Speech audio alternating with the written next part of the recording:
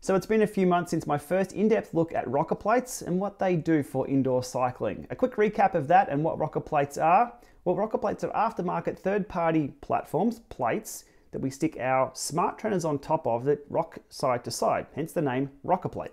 The rocker plate craze is so popular, there are online communities set up sharing their ideas, their builds, their how-tos. Now there's even commercial ventures sharing these things. In the last 12 months, we've seen all levels of projects from plywood and tennis balls all the way up to industrial level bearings and full length rocker plates being sold commercially. Chad McNeese is a super contributor for all things indoor cycling, and he's come up with his own rocker plate called the Rocket Launcher. Chad has published a number of videos on his rocker plate, as well as a full DIY 15-minute video up here with a full parts breakout. So if you want to build your own rocker plate, all the details are right there. It's brilliant stuff to follow along if you want to get your hands dirty and build something for your pain cave.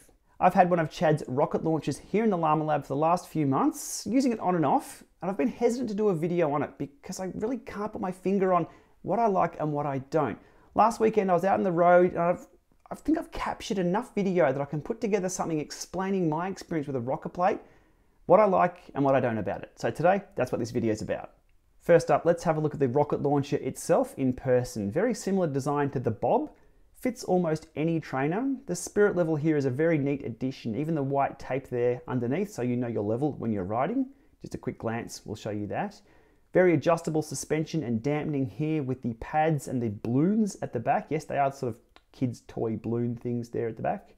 The hinge design is rigid, so it won't squirm in the sprint as we saw with the Bob.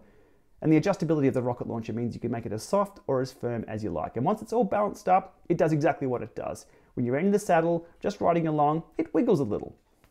But, and yes, here comes the but, it's the out of the saddle that I have issues with on these rocker plates. Not just this rocker plates, all rocker plates. Here's my take on this from the outside ride the other day, explaining the differences between outside and inside with the rocker plate movement.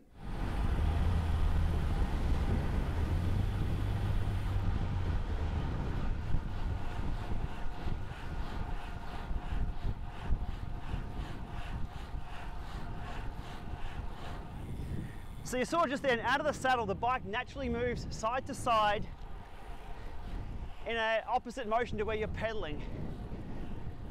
Super natural to do. Well, supernatural is probably not the word, but you know what I'm talking about. So maximum force, lifting the bike to really lift up the pedal and push down. On a rocker plate, every video we've seen of people out of the saddle on a rocker plate looks like this.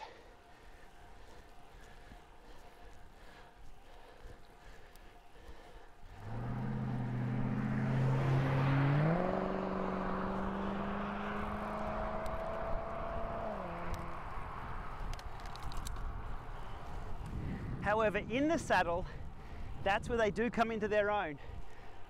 You will have a little bit of movement in the saddle, just a little bit, to take the pressure off, well, those sit bones. So you can see there, the bike's not static, it's moving.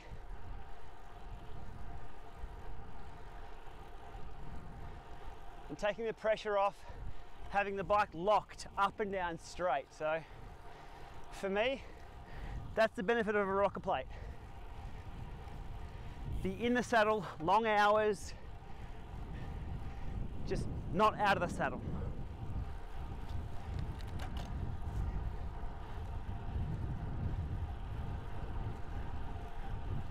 So to further explain what I'm experiencing indoors versus outdoors, indoors the rocker plate will simply pivot from one point, side to side like this.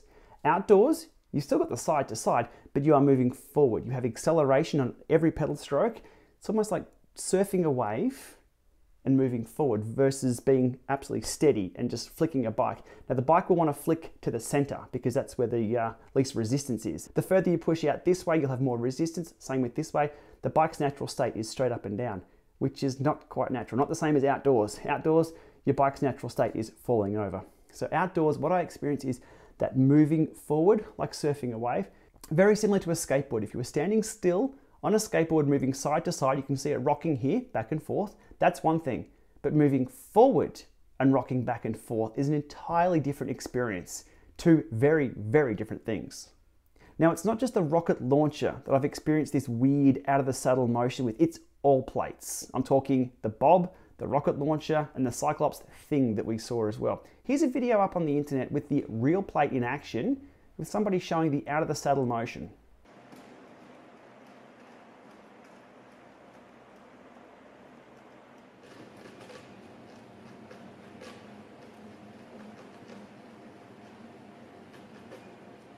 So another example shown there of how sprinting indoors on a rocker plate is very, very different to sprinting outdoors. The bike is rigid, it wants to be centered, and if you don't get that timing right, it gets all clumsy. It looks horrible. I'd go as far as saying if you learnt to sprint correctly on a rocker plate and try to use that technique outdoors, you put yourself and your fellow competitors in danger. It's just not cricket, well, not cycling, I guess.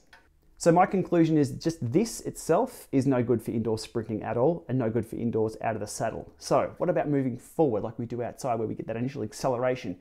Maybe, but we're still in one spot, remember. Cyclops have brought out or prototyped the thing, we're calling it now, it doesn't have a name yet, over at Eurobike that does move forward. So you will get that initial jump out of the saddle, you will get that, I guess, a little bit of momentum, but then it's going to throw you back. So that may be even worse than what we currently have. You're going to be out of the saddle sideways, the bike's going to go forward and then correct itself and come back. I don't think that's going to be the answer. So the future of rocking and rocking indoors, is it the next big thing? Well, we've seen the Kinetic Trainer, the Rock and Roll, on the market for a long time now. People aren't flocking to that. The R1 direct drive unit is out soon. Is it going to be super popular? Well, I'm not quite sure. What I'm seeing indoors is very, very different to outdoors, especially when it comes to skills, handling, and technique. Again, for training cyclists, it's all about strength, cardio, and a good workout. Outdoors is where we perfect that technique. We're not going to be able to replicate that indoors. So for me, the target market for these rocker plates will be triathletes doing long hours, steady state, without the sprinting indoors. So for now, I'm still on the fence. I can go either way on rocker plates. If it's something you're interested in, I'll put some links below to all these videos and the DIY how-to by Chad for his rocker plate or the rocket launcher plate. Again, if you're a triathlete, this may be a must-have. For the rest of us, still back to the grind. All right, thanks for watching. We'll be back with more soon.